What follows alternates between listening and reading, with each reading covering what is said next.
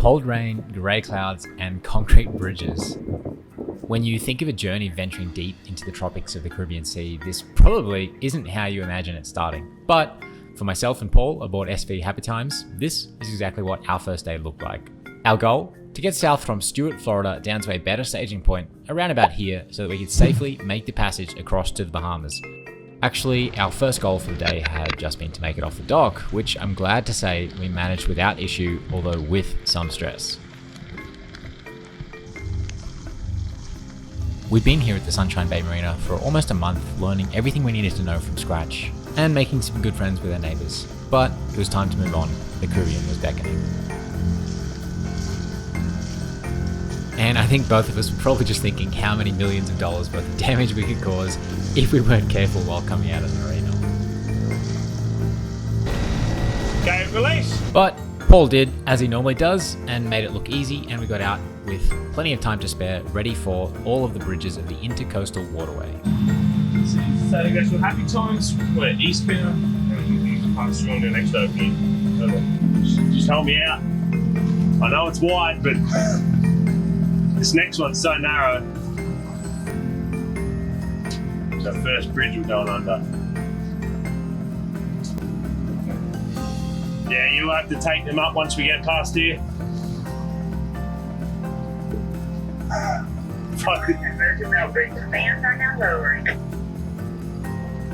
Very clear. Thank you very much for the overview. Over and out. Warm and dry on 30 days. No, that's not this one, Cozy. How are we up there? Nervous? A little bit. A little bit. That was fucking narrow. Does that count as one bridge or two? That's fine. One bridge down. Oh, looks so close. Oh. Get out there. Is this a good sign or a bad sign? Come on, buddies.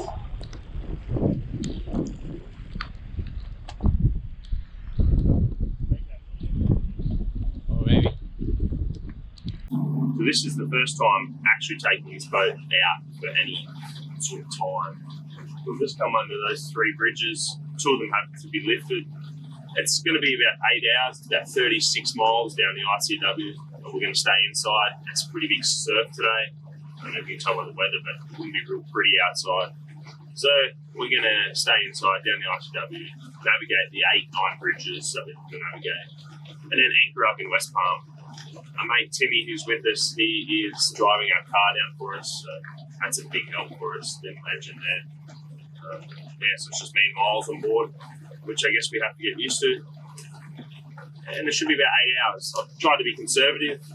I scheduled at 5 knots. We're at 5.5 now. I added 15 minutes per bridge. So we'll see what time we get there. Hopefully we get there with plenty of light left to anchor, because we've never anchored, especially we've anchored, but never in an anchoring field around other boats. So it's all a first for us. It's going to be a long, cold, wet day at 5 knots. Yeah, off we go.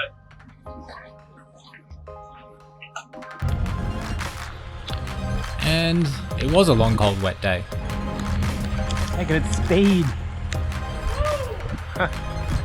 But we kept ourselves busy counting the bridges.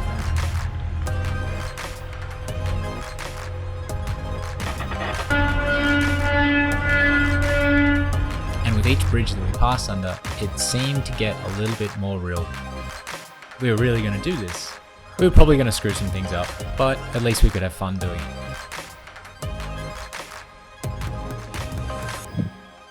Just missed them. That's the bridge closure.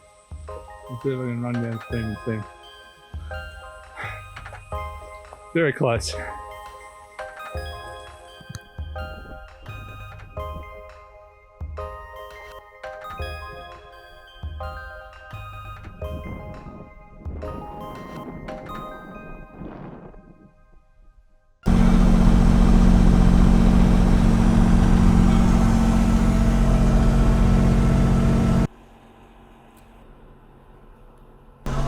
this is the canned food section of our provisioning spreadsheet.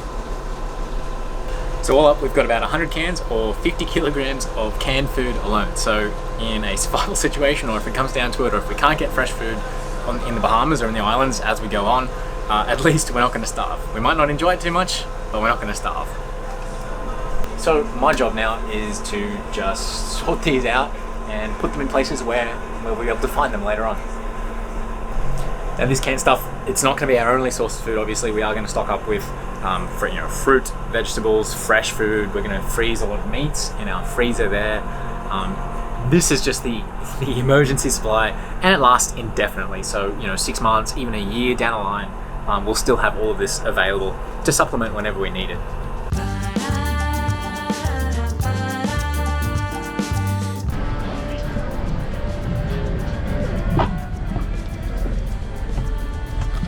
This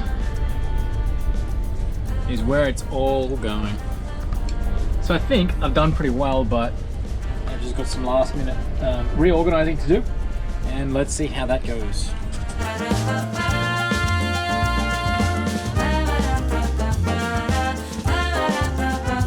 All right, she's all packed away, the pantry's full, everything we saw is now in. Ta-da! So we got up here sriracha hot sauce, best hot sauce in the world. Second layer, we got coffee, carbs. This is all canned stuff. Here is the meat, lots of tuna, lots of salmon. I think there's a can of, yeah, there we go. We've got Spam as well. Don't know whether anyone is going to be game enough to eat these, but I bought them anyway. Oreos. And then down here is the bulk of everything just stashed away. That's meat and beans, veg, stews, tomato and meat, oats. Here we have alcohol. There's no top shelf on this boat. If there was a top shelf, the Bombay Sapphire would be on it, but put it down here to like cushion it between these. These are actually plastic, as you can see, quality rum. I think we have like 20 liters of rum, and to be honest, I'm not even planning to drink it, but better to have it than not have it. And that is that. Soon enough, we found ourselves amongst the Palm Beach mansions and canals that meant that we were getting close to our destination. We took the time to appreciate that we'd be one of the few people to actually see this part of the world from this waterside perspective. But then we realized we actually had to lay anchor somewhere. Anyway, we gave it a go.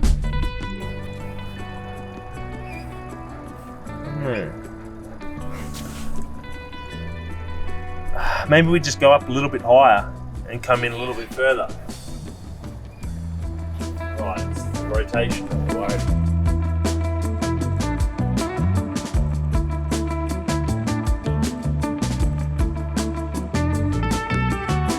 How many foot we got out? 50. Yeah, 50. This is our second attempt at anchoring. We just tried to anchor over there on the other side of the bridge, and we weren't confident. It was a bit too deep and there were boats too close to us, and so because we're not really sure. What's that? Yeah, you have to do a hotspot.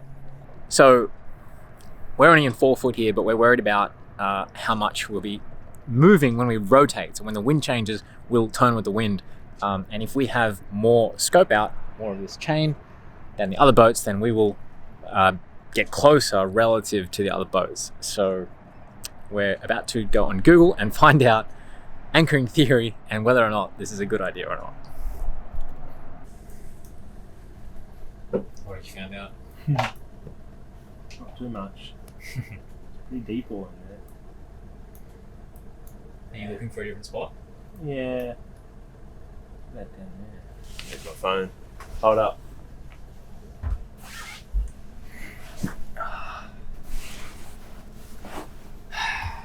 Only anchorage down here, or they're mooring balls, I'm not sure.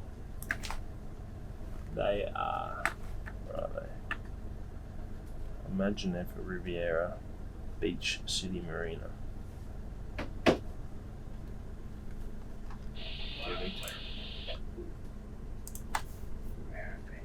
No, these are mooring balls by the looks of it. When all else fails, turn to Google. and then call for a mooring wall.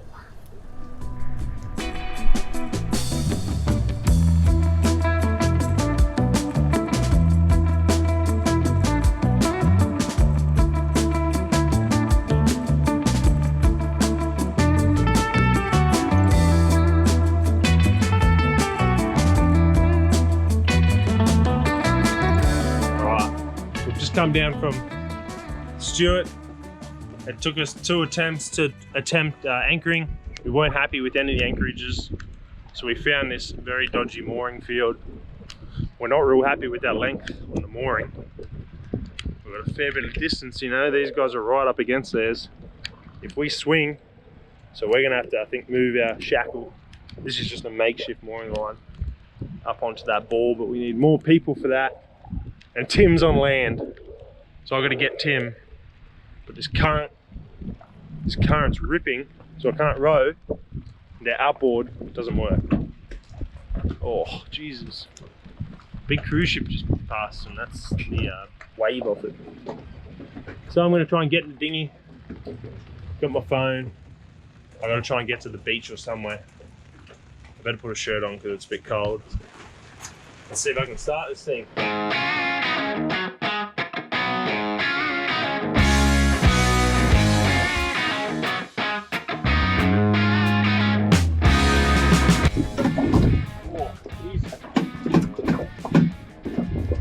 Seized it, has it?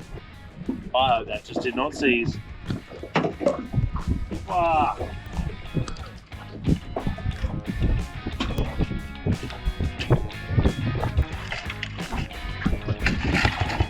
Jesus. What's going on? It's not going well. Dinghy will not start. The cylinders were, I think, full of water. I'm not really sure. Because it's sucking up to the exhaust, which is not good. Yeah, that could be it.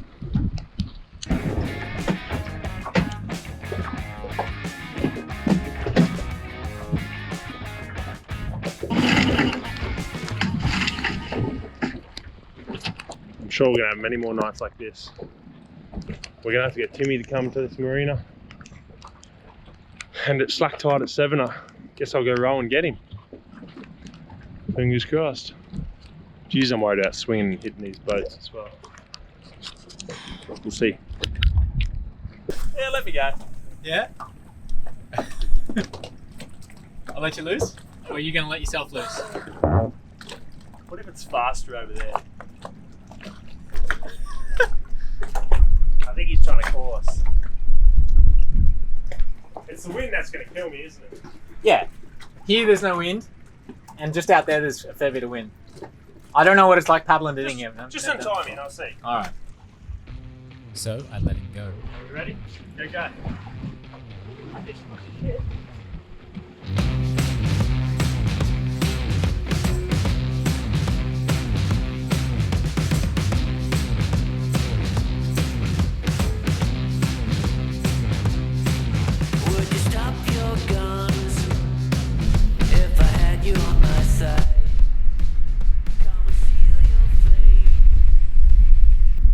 So the sun is setting on our first day with happy times out on the water, and all in all I guess it was a pretty good day. We solved a lot of problems, but I was saying to Paul before that it's better to solve these problems while we're here, still in the States.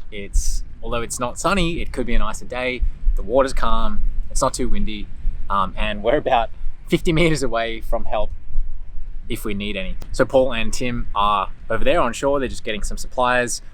They're going to row the dinghy back, and then we'll work on fixing that, getting the carburetor fixed, and hopefully have a working outboard for the dinghy tomorrow. So we won't have to do this every day. I'm here, I'm going to stay on the boat, have a hot cup of tea, and get ready for day 2. A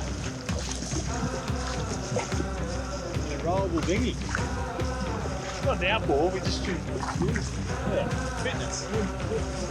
I love fitness. I had my tea, and meanwhile, the boys arrived back at the boat, a little bit tired, but otherwise without any other issues.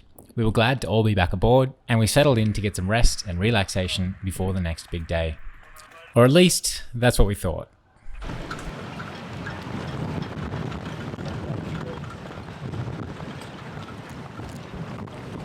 Is there an end to that other one? I reckon this might be the one we're attached to, eh? Like, I think it goes like round and back. Yeah, it was actually a pretty long night.